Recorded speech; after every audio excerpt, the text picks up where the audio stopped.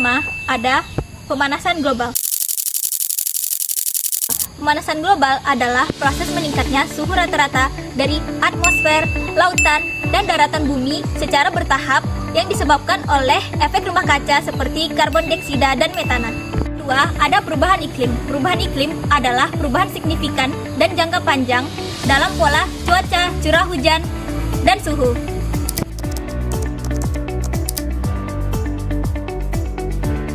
Poin pertama, efek rumah kaca.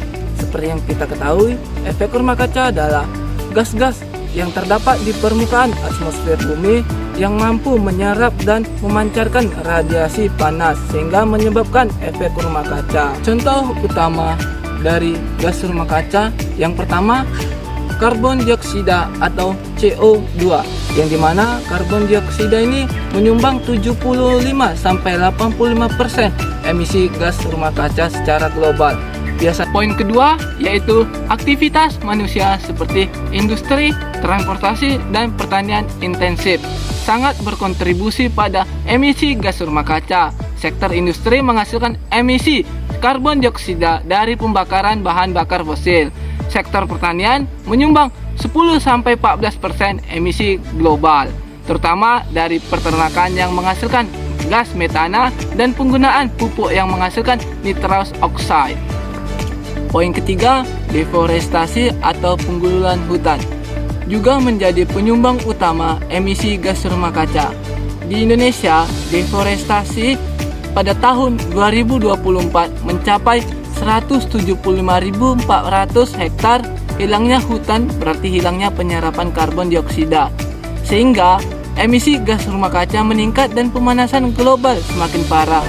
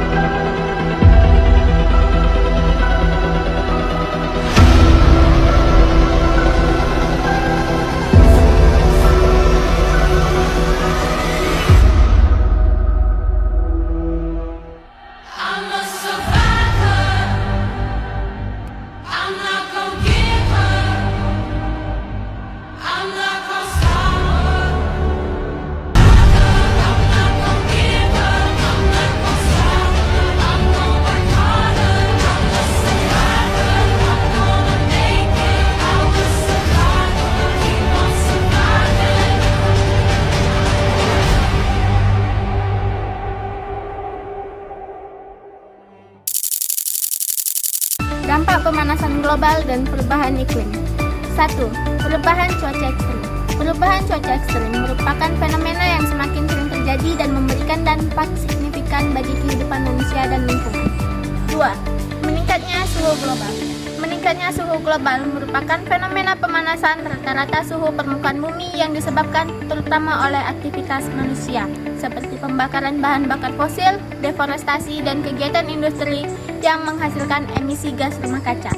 Gas-gas ini seperti karbon dioksida dan metana menumpuk di atmosfer dan memperkuat efek rumah kaca sehingga menahan panas lebih lama di permukaan bumi. Beberapa kawasan di seluruh dunia sedang bergelut dengan cuaca ekstrim seperti banjir dan musim panas. Saintis berkata ia mungkin dipengaruhi oleh perubahan iklim disebabkan oleh manusia. 3. Mencairnya es kutub dan kenaikan permukaan laut. Mencairnya es kutub merupakan salah satu dampak nyata dari pemanasan global yang menyebabkan kenaikan suhu bumi secara signifikan. Pencairan es ini juga berkontribusi pada peningkatan suhu global karena berkurangnya permukaan es yang memantulkan sinar matahari, sehingga lebih banyak panas yang diserap oleh permukaan laut. Upaya mitigasi adalah usaha yang dilakukan untuk mengurangi penyebab utama perubahan iklim, terutama gas rumah kaca seperti karbon dioksida. Yang kedua, meningkatkan efisiensi energi. Ini artinya kita berusaha menghemat dan menggunakan energi secara lebih efektif, baik di rumah, di pabrik, maupun di kendaraan. Contohnya, menggunakan lampu hemat energi, mematikan alat elektronik saat tidak digunakan, atau memakai kendaraan umum. Ada beberapa cara. Yang pertama adalah mengurangi emisi gas rumah kaca. Salah satu cara paling penting adalah dengan beralih ke energi terbarukan seperti tenaga surya, matahari, matahari, tenaga angin, dan tenaga air atau hidro. Energi-energi ini lebih bersih dan tidak menghasilkan polusi seperti bahan bakar minyak ataupun batu bara. 3. Melestarikan hutan dan melakukan reboisasi, penanaman pohon kembali. Hutan sangat penting karena bisa menyerap karbon di udara. Jadi, menjaga hutan dan menanam pohon bisa membantu mengurangi gas rumah kaca.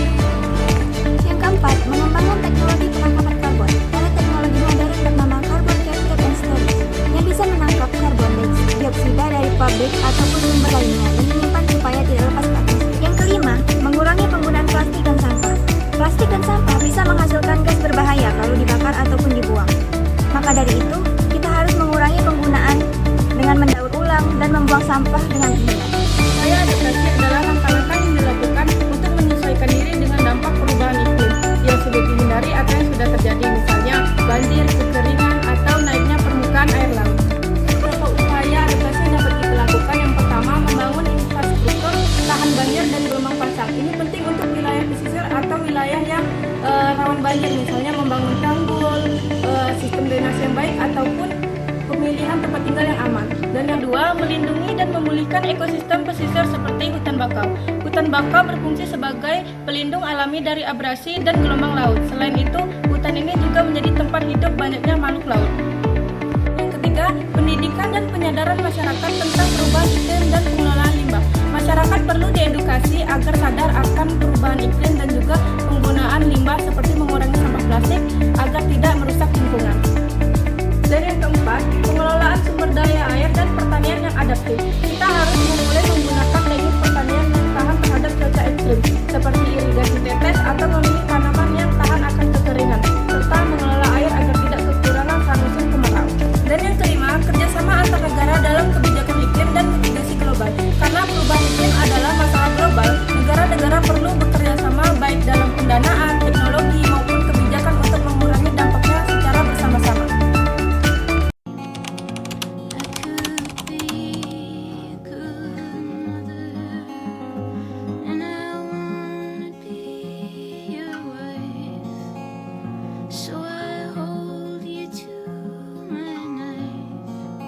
Pemanasan global adalah isu nyata yang berdampak pada perubahan iklim dan kehidupan kita.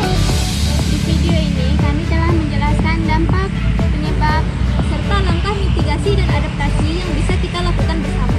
Semoga video ini bermanfaat dan mendorong kesadaran untuk menjaga lingkungan demi masa depan yang lebih baik. Sekian video dari kami. Mengucapkan terima kasih karena telah menonton sampai habis. See you next time.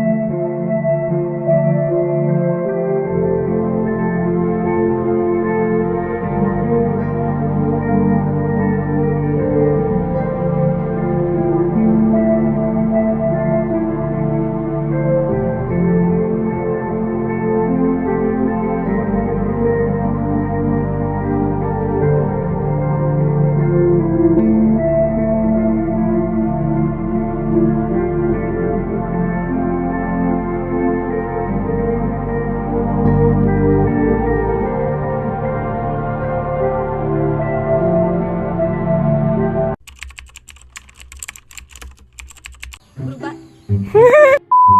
Ekosistem pesisir seperti hutan Dia nulis. Pernah kak? Gak.